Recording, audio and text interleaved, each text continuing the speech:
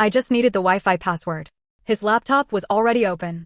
It's saved somewhere, I muttered, until I saw a bank account that wasn't ours. $186,000. My heart dropped. What is this?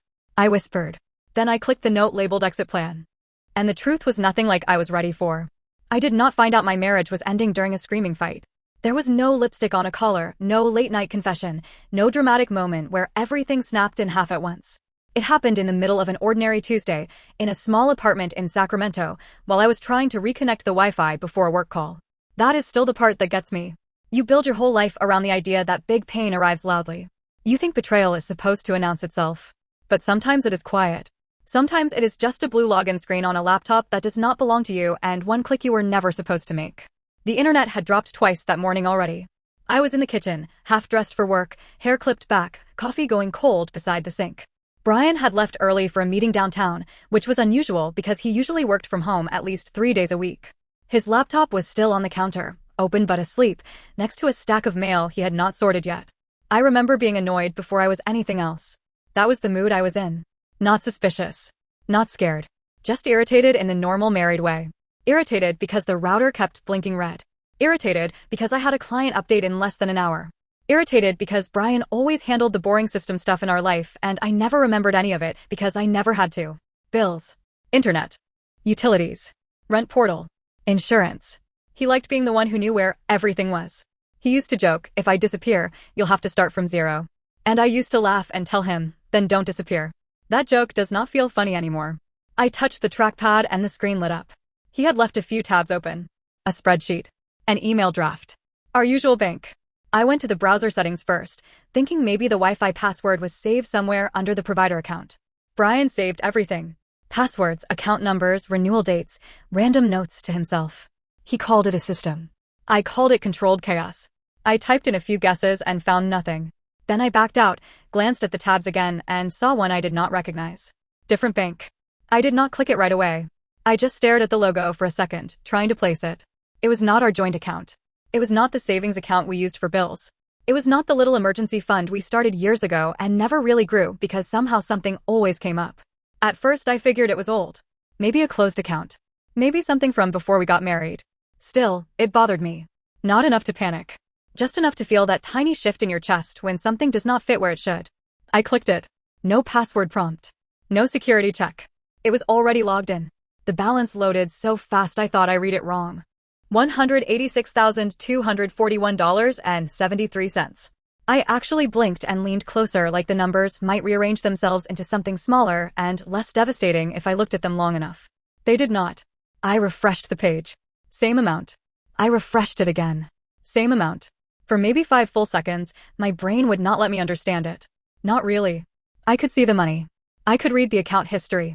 But my mind kept trying to place it inside the version of my marriage I had been living in, and it would not go. Because for the last year, Brian had been telling me things were tight.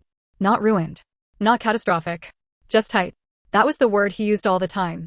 Tight. We should slow down. We should be careful. We need to stop eating out as much. We can skip the weekend trip. Maybe not right now. Let's wait another month. Let's hold off. I had believed him because why would I not? He was a business analyst. Numbers made sense to him. Spreadsheets calmed him down. He noticed patterns in grocery bills and compared insurance rates for fun. I hated that kind of thing. I work in public relations. I can hold a room together, smooth over disaster, talk people down from panic, and write a press statement in 10 minutes flat, but I am not the person who enjoys logging into 3 different portals to compare monthly expenses. Brian was. So when he said we needed to be careful, I got careful. I stopped doing the small things that made me feel like myself. Nails every few weeks. A new blouse if I had a big meeting. The overpriced salads near my office. I started bringing lunch from home. I picked up freelance writing work on the side because he said an extra cushion would help us breathe. Some nights I stayed up until 1 or 2 in the morning rewriting website copy for small businesses while he slept beside me. I thought we were doing it together. That was the part that hit first. Not anger. Humiliation. I kept scrolling through the account. The deposits were steady. Clean. Monthly. Not random. Not reckless. They went back years. This was not some sudden transfer or inheritance he had forgotten to mention. This was a long, patient build. Deliberate. Organized. Hidden. There were no weird purchases that screamed affair. No hotel bills. No jewelry. No restaurant tabs in another city. No money going out to another woman, at least not in any obvious way. That almost made it worse. If it had been cheating, I think I could have understood the shape of my pain faster. There is a script for that. People know what to say when someone cheats. There are words for it. There are sides. There is anger you are allowed to hold in both hands. This was colder. This felt like being edited out of my own life by someone sitting right next to me. My throat went dry. I clicked through the transaction history again, then looked at the documents tab attached to the account. There were tax forms, statements, one PDF labeled with the year, and one note at the bottom. Exit plan. I stared at those two words so long they almost stopped looking like language. It was such a casual name for something that made my body go completely still. Not savings. Not budget. Not future. Not emergency. Exit plan. I wish I had closed the laptop right then. I wish I had been the kind of person who walked away before seeing the part that changes everything. But I clicked it. The document opened in a plain white window, and at first it looked like exactly what you would expect from Brian. Bullets. Categories. Numbers aligned neatly in columns. Estimated rent. Deposit range. Utility costs. Grocery average. Gas. Parking. Basic furniture. It looked like the kind of spreadsheet he would make before changing internet providers. Except it was not about a provider. It was about leaving me. There was a list of apartment complexes in Reno. Reno. Not Los Angeles. Not New York. Not some dramatic place people run to when they want a new life. Reno, Nevada. Close enough to drive in a day. Far enough to become someone else. I knew that because he had highlighted the distance. Approximately 2.5 to 3 hours depending on traffic. My stomach dropped so hard, I had to grip the edge of the counter. There was a timeline too. Phase 1. Maintain current routine. Phase 2. Increase reserves. Phase 3. Delay major joint commitments. Phase 4. Secure housing. Phase 5. Transition. Transition. Like he was moving software, not ending a marriage. My chest started to hurt in the sharp, shallow way, like my body had forgotten how to breathe past my ribs. Nowhere in that document was I included. Not once. Not in the expenses. Not in the future plans. Not in the risks. Not in the section labeled possible obstacles. I was not his wife in that document. I was a variable. Then I reached the bottom. There was a heading there in bold. Things Emily will need to believe. I stopped breathing for a second. I am not saying that dramatically. I mean I actually froze. My mouth was open and nothing moved, and the kitchen around me went silent in that strange way the world sometimes does when it knows it has just split your life into before and after. Under that heading were bullet points. Finances are tight. Workload is increasing. Need to delay any talk of buying a house. Need to delay vacations. Need to avoid major confrontations until reserves are sufficient. I read those lines over and over until the words blurred. Every conversation we had been having for the past year was right there. Every time I said maybe we should finally take a trip because we had not gone anywhere since our anniversary 3 years ago. Every time I brought up moving somewhere with more space. Every time I asked if we were okay, and he kissed my forehead and told me he was just tired. I had thought we were having the same marriage. I had thought we were both carrying the same weight, just differently. I was wrong. He had not been overwhelmed. He had been managing me. The embarrassment came back then, harder and hotter. I felt it in my face, in my throat, in my stomach. It was one thing to be lied to. It was another thing to realize the lie had been structured, revised, refined. That he had built language around me. That he knew exactly what to say to keep me calm while he saved enough money to disappear. I do not know how long I stood there. A minute. 10. Time stopped feeling normal. What I remember clearly is the sound of the refrigerator humming behind me and the smell of burnt coffee and the way the kitchen light reflected off the laptop screen while I stared at the man I married reduced to neat little headings and bullet points. And then, because betrayal is never clean, my mind started doing something awful. It started defending him. Maybe this was old. Maybe he made it during a bad period and forgot about it. Maybe he had panicked and planned things he never meant to do. Maybe this was from that rough stretch 2 years ago when we were fighting a lot and he thought about leaving but stayed. Maybe. That is the ugliest part of loving someone for a long time. Even after the evidence is in front of you, some part of you still tries to save them. I clicked back into the document details. Last modified, 11 days ago. That was the end of maybe. 11 days ago, Brian had updated a plan to leave me. 11 days ago, he came home with takeout from that Thai place I like and asked if I wanted to watch something stupid because I had a headache. 11 days ago, he rubbed my shoulders on the couch and said, "We'll get through this rough patch." 11 days ago, he had looked me in the face and acted like we were still a team. I closed the document. Then I opened it again, because I suddenly needed to make sure I had not imagined it. Same file. Same bullets. Same heading. Things Emily will need to believe. I shut the laptop halfway and stepped back from the counter like it had burned me. The room felt wrong. That is the only way I can describe it. Not unfamiliar. Worse. Familiar in a way that made me sick. Our dish towel hanging from the oven handle. The fruit bowl I kept meaning to refill. The mug Brian used every morning sitting in the sink with a ring of dried coffee at the bottom. All of it looked exactly the same, and that sameness felt cruel. I went to the bathroom and stared at myself in the mirror. I looked normal. That was almost insulting. No one tells you how normal you look when your life changes. Your face does not split open. Your knees do not always buckle. Sometimes you just stand there under bad lighting with a clip in your hair, looking like a woman who still thinks her husband loves her. I splashed water on my face, dried it with the hand towel, and told myself one thing. Do not let him know. I do not know why that was my first instinct. Maybe self-protection. Maybe pride. Maybe shock. But the second the thought formed, it felt right. Do not call him. Do not text him. Do not ask what this is. Do not give him time to explain before you understand what you are standing in. I went back to the kitchen and opened the laptop one more time. This time, I moved slower. I checked the statements and took pictures with my phone. I opened the document again and photographed every page. I checked the deposit history and took more pictures. I made sure the dates showed. I made sure the balance showed. My hands were shaking so badly I had to retake half of them. Then I put everything back exactly the way I found it. Screen dimmed. Laptop angled toward the sink. Mail stack untouched. By the time I left for work, my body was moving on instinct. Keys. Bag. Phone. Lock the door. Get in the car. I do not remember the drive clearly. I know traffic was bad because it always is near downtown by that hour. I know someone honked at me at a light after it turned green. I know I parked badly the first time and had to straighten out. At the office, the world had the nerve to continue. People said good morning. Someone asked if I had sent a revision to a client. Melissa Morgan from Content stopped by my desk and said, "You look exhausted. Late night?" I almost laughed. Instead I said, "Yeah, freelance stuff." That part was true. Melissa leaned against the edge of my desk and made a face. "You need a weekend where nobody asks you for anything." I looked at her and had this strange, sharp urge to tell her everything. Not because she was my best friend. She was not. We were close in that work friend way, the kind of close where you share lunch and gossip and know each other's stress tells, but not the deep personal history kind. Still, for 1 second, it felt like if I opened my mouth the whole truth would come pouring out. I did not let it. I just smiled and said, "That sounds expensive. Apparently we're being responsible adults now." She rolled her eyes. Disgusting. Normally I would have smiled for real at that. Instead, I turned back to my computer before my face gave me away. The whole day felt like acting. I sat through meetings. I answered emails. I edited a statement for a local nonprofit and caught myself rereading the same sentence 6 times because none of the words would stay in my head. Every few minutes I would remember another line from that document and my pulse would spike all over again. Maintain current routine. Delay major commitments. Avoid confrontation. The language was what got me. It sounded so calm. So practical. Like there was nothing cruel about any of it if you formatted it neatly enough. Around noon, Brian texted me. "Sorry, I rushed out. You doing okay?" I stared at the screen for a long time. The message looked so normal that for 1 second I questioned myself again. Maybe he was worried about me. Maybe he had noticed I was off lately. Maybe he still cared. Then I remembered the heading. Things Emily will need to believe.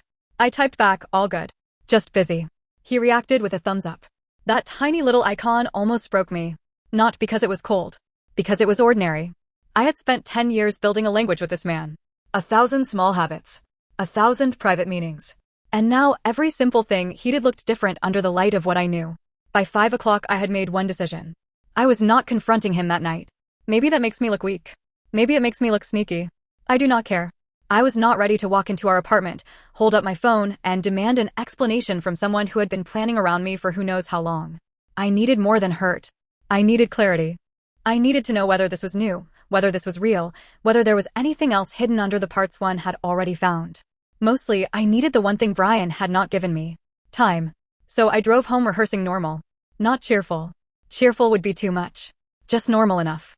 By the time I opened our apartment door, I could smell garlic and onion from the kitchen. Brian was cooking. He looked over his shoulder and smiled like nothing in the world had changed. "Hey," he said. "Router acting up again?" I almost stopped walking. Because there it was. The life I thought I had. Right in front of me. My husband in the kitchen. Pan on the stove. Sleeves rolled up. Familiar voice. Familiar face. The man who knew exactly how I liked pasta and always added extra pepper flakes to his own portion after serving mine. I hung my bag by the door and forced myself to breathe. "Yeah," I said. "I figured it out." He nodded and went back to stirring the sauce. "I keep telling you we need to replace that thing." I stood there for a second, staring at the back of his head, wondering how many times a person can lie before it just becomes the shape of their face. Then he turned, looked at me properly, and frowned a little. "You okay?" That question almost made me laugh. Not because it was funny, because it was unbearable. I swallowed and said, "Long day." He gave me that soft, practiced look that used to make me feel safe. "Sit down.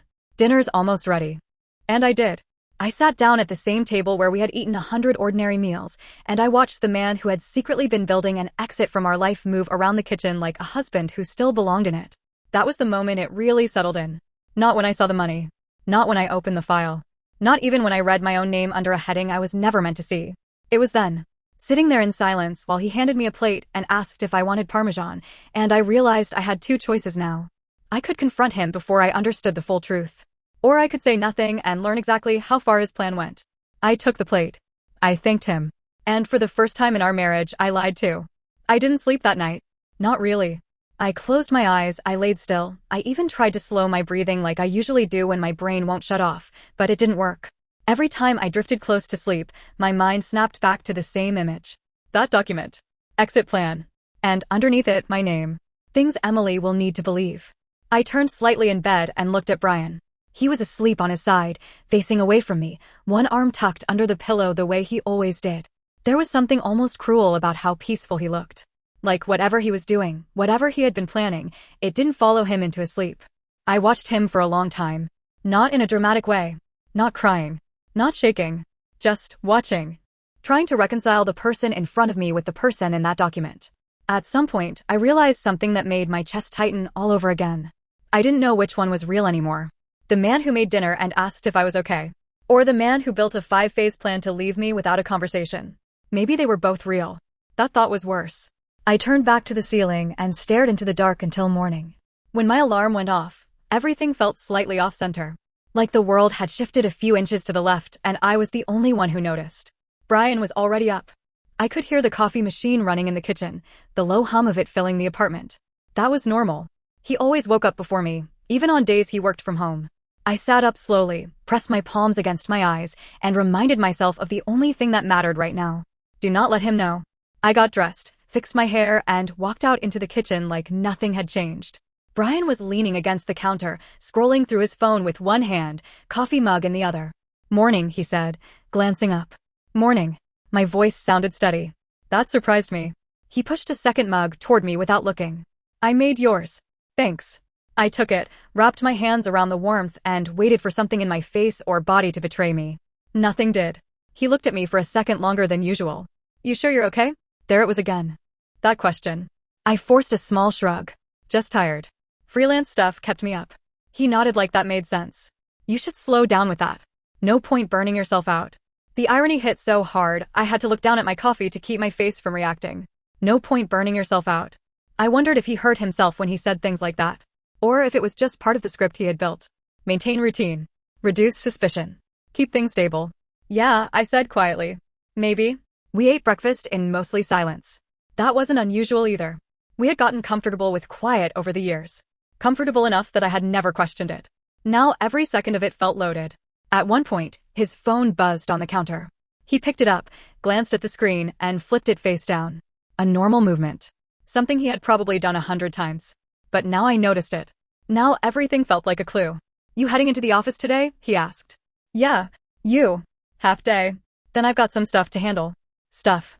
That word stuck in my head. "What kind of stuff?" I asked, keeping my tone casual. He shrugged. "Just errands. Nothing exciting." "Errands." I nodded like I believed him.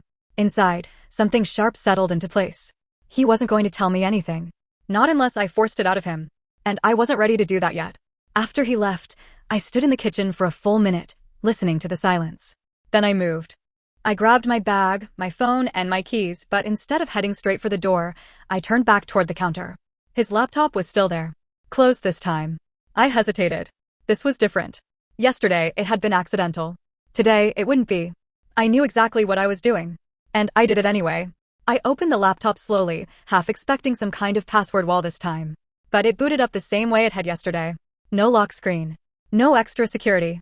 Brian trusted his routines. He trusted that nothing had changed. That was his first mistake. I opened the browser and went straight to the bank site. Still logged in. The balance hadn't changed. $186,241.73. Seeing it again didn't shock me the same way, but it did something else. It made it real. This wasn't a one-time mistake. This wasn't something I imagined or misunderstood. It was still there. Solid. Untouched. I opened the document again. Exit plan. This time, I didn't rush. I read everything. Every line. Every number. Every note. There were sections I hadn't fully processed the day before. Projected monthly expenses for a one-bedroom apartment in Reno. Security deposit ranges. Furniture costs, basic setup only. He had even listed things like cookware, bedding, cleaning supplies. He wasn't planning to start over dramatically. He was planning to start over efficiently. That detail hit harder than anything else. This wasn't emotional. It was strategic. Then I saw something new. A tab labeled Progress. I clicked it. A checklist opened. Savings goal, nearly complete. Research housing, complete. Reduce shared expenses, in progress. Avoid joint financial commitments, ongoing. Prepare explanation, pending. I stared at that last one. Prepare explanation. So he knew he'd have to tell me eventually. He just hadn't decided how yet. That thought sat heavy in my chest. Because it meant this wasn't about if. It was about when. And he was controlling the timing. I scrolled further. There were notes. Short ones. Almost like reminders to himself. Keep communication calm. Avoid unnecessary conflict. Do not escalate emotional discussions. Stay consistent. I actually let out a quiet, breathless laugh. Not because it was funny. Because it was so controlled. So careful. Like I was a situation he needed to manage, not a person he loved. I clicked out of the document and went back to the transaction history. That's when I noticed something I had missed before. Transfers. Small ones. Not to another person. To another account. I followed one of them. It opened a second account under the same bank. Lower balance. About $12,000. Labeled transition. My stomach dropped again. He had split it. Main savings. Transition fund. Everything categorized. Everything planned. I leaned back in the chair and pressed my hand against my mouth. This wasn't a rough idea. This wasn't something he came up with during a bad week. This was a system. A full, structured plan to leave his life and me without disruption. And I had been living inside it. Adjusting my behavior without knowing why. Working harder because I thought we needed it. Holding back conversations because I thought he was stressed. I had been helping him leave me. That realization hit like a punch. I closed the laptop slowly, my hands steady now in a way they hadn't been yesterday. Something had shifted. The shock was still there, but underneath it, something else was forming. Clarity. Not the full kind. Not the kind that answers everything. But enough to understand one thing. Brian wasn't confused. He wasn't overwhelmed. He wasn't trying to figure things out. He already had. And he had decided I wasn't part of it. I grabbed my phone, opened my camera roll, and looked at the photos I had taken the day before. The balance. The document. My name. Proof. I had proof. That mattered more than I expected. Because for the first time since I opened that account, I didn't feel completely powerless. I didn't know what I was going to do yet. But I knew this. I wasn't going to be the last one to know how this ended. I locked the laptop, picked up my bag, and headed for the door. As I stepped outside, the air felt different. Not lighter. Just sharper. Like everything had edges now. And for the first time since yesterday, a new thought pushed its way through the noise. If he's been planning his exit this carefully, then I need to start planning mine. I didn't go straight home after work that day. I told Brian I had to stay late to finish a client revision, which wasn't unusual. It gave me time. That's what I needed now more than anything, time to think without him in the same space, breathing the same air, asking me if I was okay like he hadn't already decided I wasn't part of his future. I ended up at a coffee shop a few blocks from the office. Not one we usually went to. That mattered now. Everything did. I sat in the corner with my laptop open, not really working. Just staring at the screen while my brain kept replaying the same pieces over and over. Exit plan. Progress. Prepare explanation. The words felt clinical. Clean. Like they belonged in a presentation, not a marriage. I kept asking myself the same question in different ways. When did he decide? Not when he started saving. That part went back years. But when did he decide I was someone he needed to leave instead of someone he wanted to stay with? Because those are two very different moments. And I realized I didn't know. I tried to trace it backward. There were fights, sure. Every couple has them. Ours were never explosive. They were quiet, stretched out disagreements that never really ended, just paused. Money came up a lot. Time. Stress. The usual things. But nothing that felt final. Nothing that made me think, this is where we break. Which meant one of two things. Either I completely missed it, or it didn't happen the way I thought it would. I sat there for almost an hour before I did something I hadn't planned. I texted Melissa. Are you still at the office? She replied almost immediately. Yeah, wrapping up. Why? I stared at the screen for a second, then typed. Coffee? I need a break. She showed up 15 minutes later, dropping into the chair across from me with her usual energy.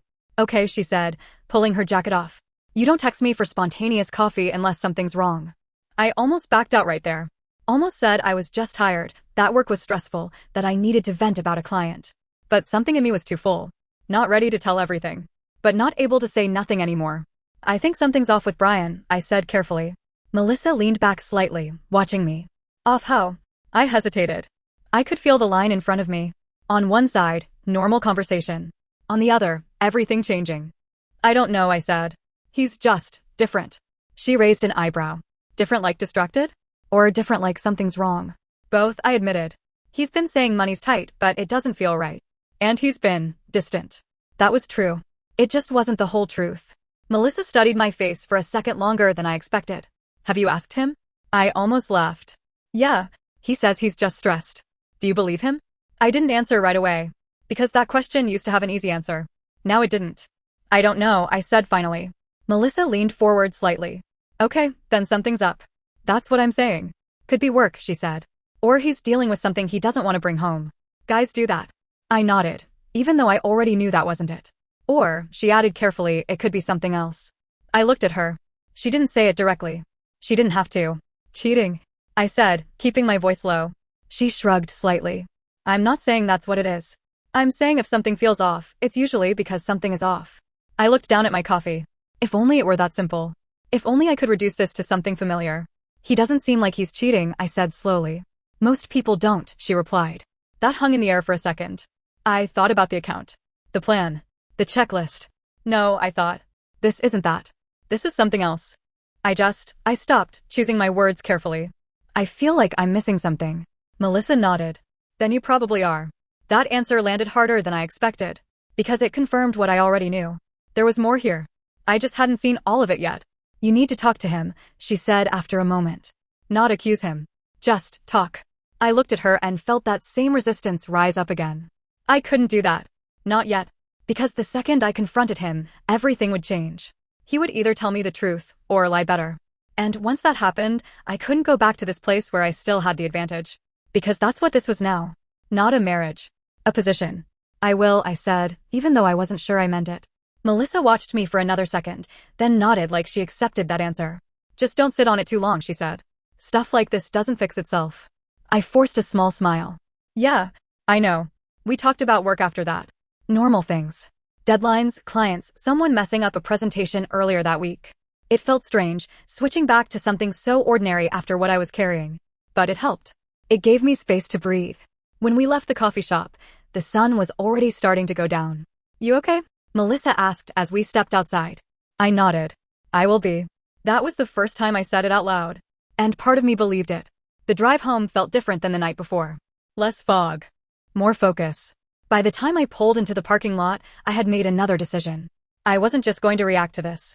I was going to understand it. Fully. Every part. Because if Brian had spent years building his exit, then I needed to know exactly what I was dealing with before I made mine. I walked into the apartment, and he was already there. Sitting on the couch, laptop open this time, typing. He looked up when I came in. Hey, he said. You're late. Had to finish something, I replied, setting my bag down. He nodded, like that made sense. Want dinner? I didn't cook tonight. That's fine. He studied me for a second. You've been quiet, he said. There it was again. That observation. Not concern. Not exactly. Just awareness. I'm just tired, I said. He held my gaze for a moment longer than usual. Then he nodded and went back to his screen. And that's when I noticed it. His laptop. Open. Unlocked. Right there in front of him. And for the first time since I found the account, I realized something that shifted everything again. I had only seen what he left accessible. What he forgot to hide. What if that wasn't all there was? What if the plan I found was only part of it? That thought didn't leave me. Not that night. Not the next morning. Not even when I was sitting across from Brian at breakfast while he scrolled through his phone like nothing in our life had shifted. What if that wasn't all there was? Up until that moment, I had been reacting to what I found. The account. The document. The plan. It felt huge, overwhelming, enough to explain everything. But now it didn't feel complete. It felt structured. Too structured. Like something designed to be found. That realization settled into my chest slowly, like something cold. Brian wasn't careless. Not with money. Not with planning. Not with anything that mattered to him. So why would he leave something like that open? Why would he leave the entire outline of his exit plan sitting one click away on a laptop he knew I had access to? It didn't make sense. Unless it wasn't the full picture. I sat there, pretending to eat while my mind moved faster than it had since this started. If what I saw was real, and I knew it was, then there were two possibilities. Either he underestimated me completely, or he wanted me to find it. I didn't like either answer. "You're doing it again," Brian said. I looked up. Doing what? Getting quiet. He set his phone down. It's been a couple days now. My pulse ticked up slightly, but I kept my expression neutral. "I told you, I've just been tired." He watched me for a second. Not suspicious. Just observant. That was always his thing. He didn't react fast. He watched first. "Okay," he said finally, but his tone said he didn't fully buy it. That was new. Brian used to take things at face value when it came to me. Or at least, I thought he did. Now I wasn't so sure. We finished breakfast in silence. Not the comfortable kind this time. The kind that sits between two people who both feel something shifting, but aren't saying it out loud. When he left for work, I didn't move right away. I stayed at the table, staring at the empty plate in front of me, replaying every detail from the last 3 days. The account. The plan. The checklist. The notes.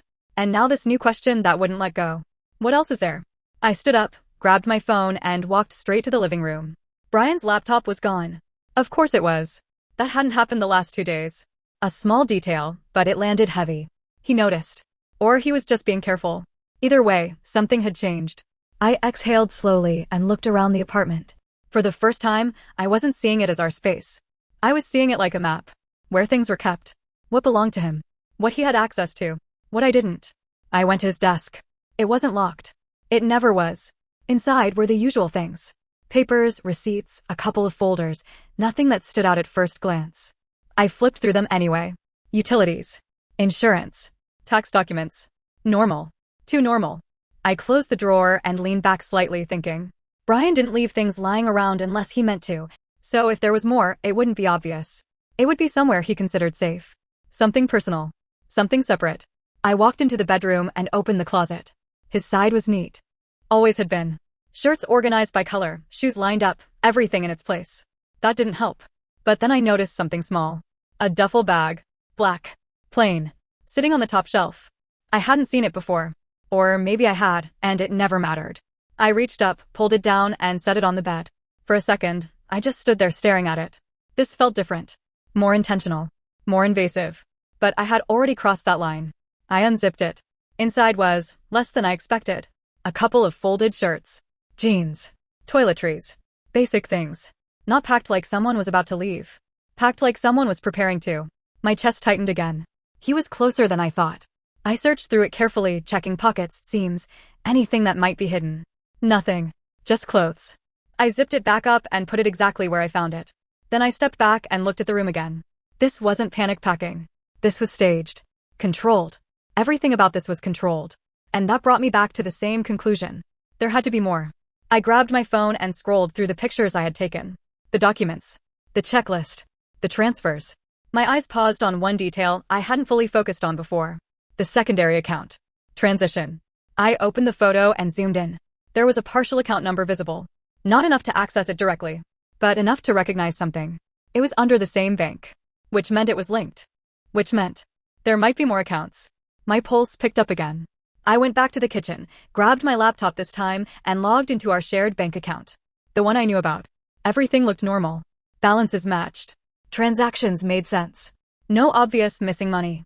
Which meant he wasn't pulling from our joint account. He was building something separate. Completely separate. That level of planning. It wasn't impulsive. It wasn't emotional. It was deliberate. I sat back and stared at the screen. Then I did something I hadn't done before.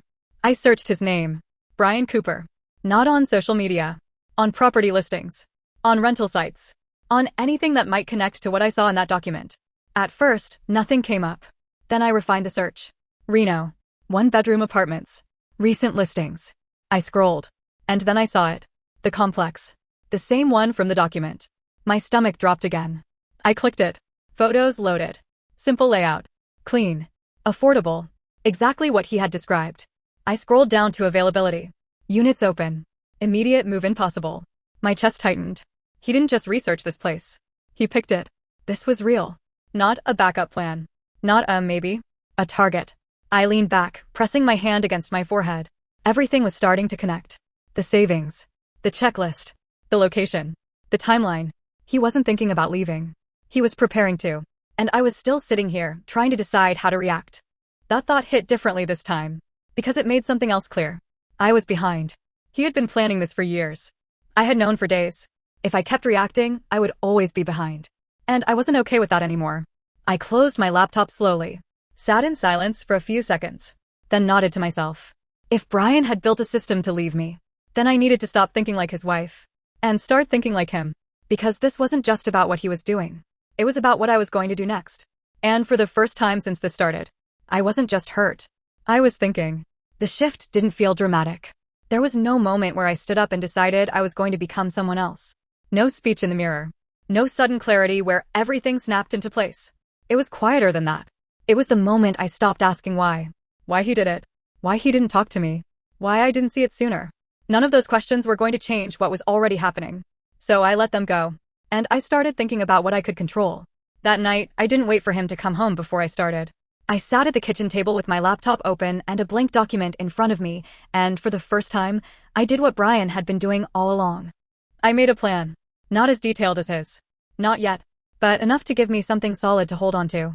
Step 1. Understand my own position. I opened our joint account again. Looked at everything carefully this time.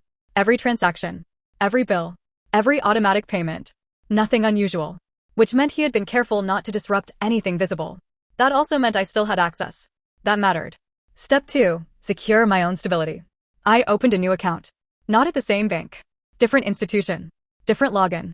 Something that wasn't connected to anything he managed. My hands didn't shake this time. The fear had changed shape.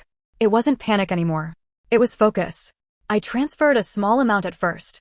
Not enough to trigger anything. Just enough to start. I stared at the confirmation screen longer than I expected. It felt like crossing a line. Not because it was wrong. Because it was deliberate.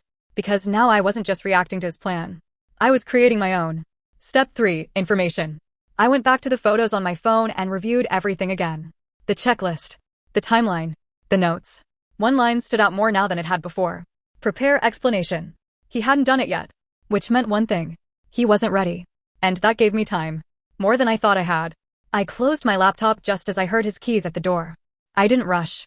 Didn't panic. I just sat there, breathing normally, waiting. Brian walked in like he always did. Dropped his keys. Took off his shoes. Hey, he said. Hey. He looked at me, then at the laptop, then back at me. Working late again? Yeah. He nodded slowly, like he was processing something. You've been doing that a lot. There was a tone there now. Not suspicion. But not casual either. He was noticing patterns. Just like I was. I told you, I said, keeping my voice steady. Trying to stay ahead.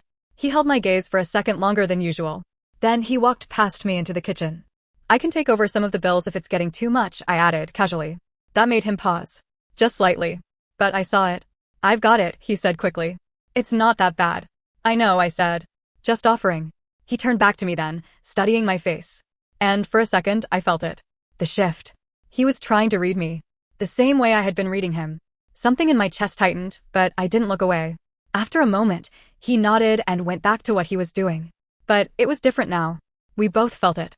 That invisible line between us had moved. Dinner was quiet. Not uncomfortable. Not tense in the obvious way. Just careful. Like we were both choosing our words more than we used to. At one point, he asked, "You want to do something this weekend?" I almost froze. Because that was new. We hadn't planned anything in months. What do you mean? I asked. Just get out of the apartment. Go somewhere. I studied him. Why no? Why suggest that now, when his entire plan was built around avoiding exactly that? Sure, I said slowly. We can. He nodded, but something about it felt off. Like he was testing something. Or maybe trying to balance something. I couldn't tell. And that uncertainty made something click. I wasn't the only one adjusting. He was too. Later that night, after he fell asleep, I stayed awake again. But this time, it felt different. Not like I was drowning in thoughts. More like I was organizing them. I went over everything in my head. The timeline. The savings. The apartment. The checklist. And now, his behavior. Something wasn't lining up. If his plan was as controlled as it looked, why was he acting differently now? Why suggest a weekend trip? Why offer something he had been actively avoiding? Unless something in his timeline had changed. That thought sat with me for a long time. And the more I thought about it, the more it made sense. Plans don't shift for no reason.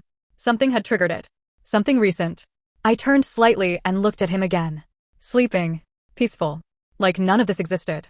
And for the first time since this started, I realized something that made everything feel even more unstable. I didn't know what he knew anymore. Did he suspect that I found something? Was he adjusting because of me? Or was this just the next phase of his plan?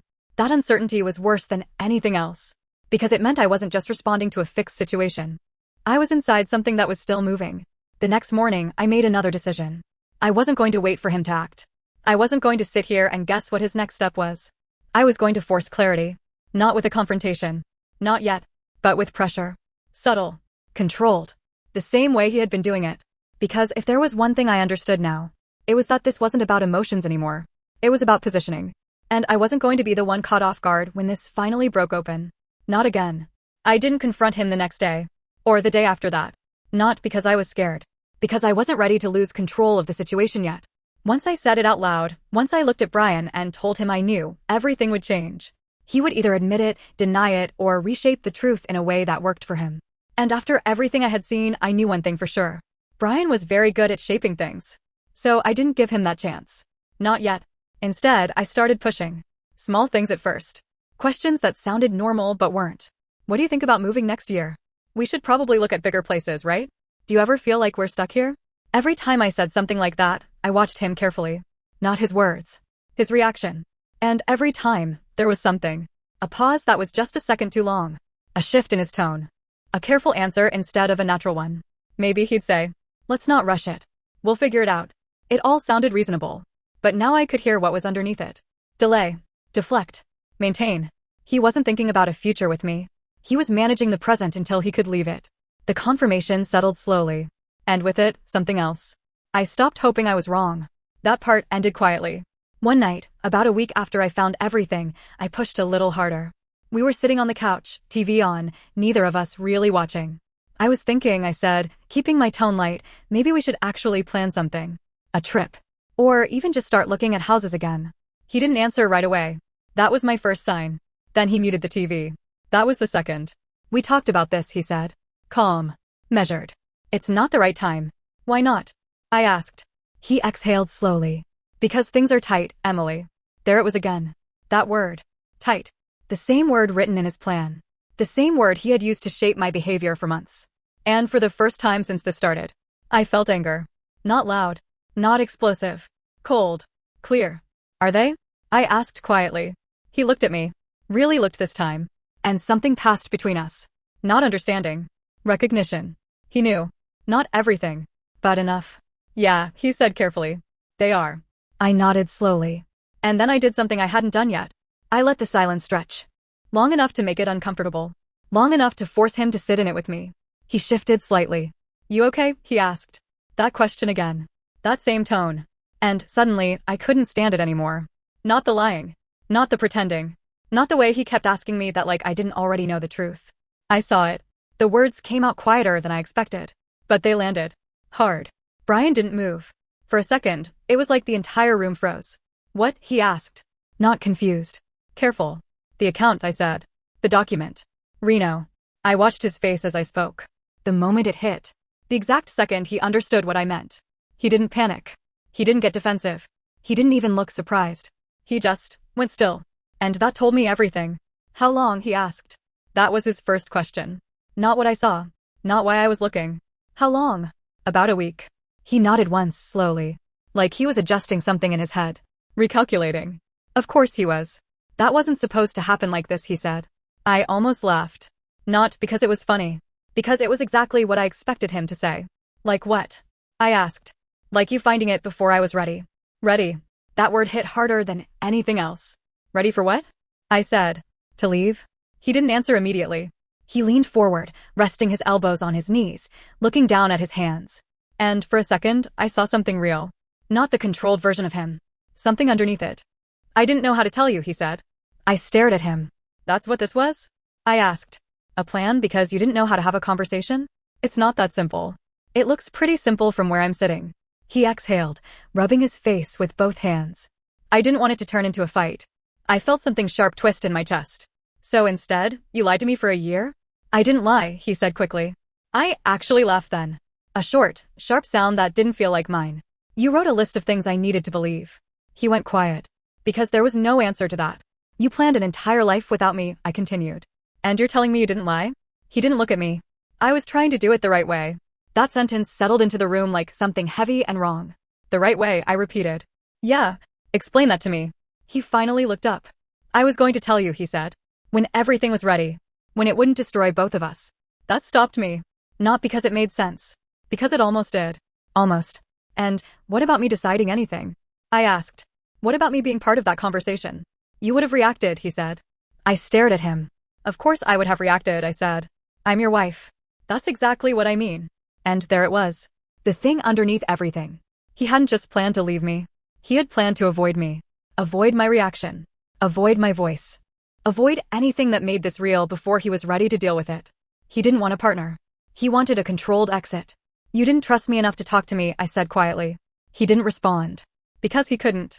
We sat there in silence for a long time. Long enough for the anger to settle into something heavier. Something final. So that's it? I asked eventually. You just go. He hesitated. And that hesitation told me something I hadn't expected. He wasn't as sure as his plan made it look. I don't know, he admitted. That almost made it worse. You don't know. I repeated. I thought I did, he said. But he didn't finish the sentence. He didn't have to. But now that I knew. Now that it wasn't hidden. Now that everything was out in the open. He wasn't in control anymore. And that changed things. For both of us. I stood up slowly. I'm not staying in a plan I wasn't part of, I said. He looked up at me. What does that mean? It was such a simple question. And somehow, it felt like the most important one. Because for the first time since this started, the answer was mine. It means, I said carefully, whatever happens next. I decide it too. I grabbed my phone from the table, walked past him, and paused just long enough to say one more thing. You don't get to prepare me for this anymore. Then I left the room. Not the apartment. Not yet. Just the room. Because the truth was, I still didn't know what I was going to do. Leave first. Stay and rebuild. Walk away completely. I didn't know. But for the first time since I opened that laptop, I wasn't the one being managed. And somehow, that mattered more than anything else. Because now the plan wasn't just his anymore. And I still haven't decided if I want to beat him at his own game, or walk away before he ever gets the chance to finish it.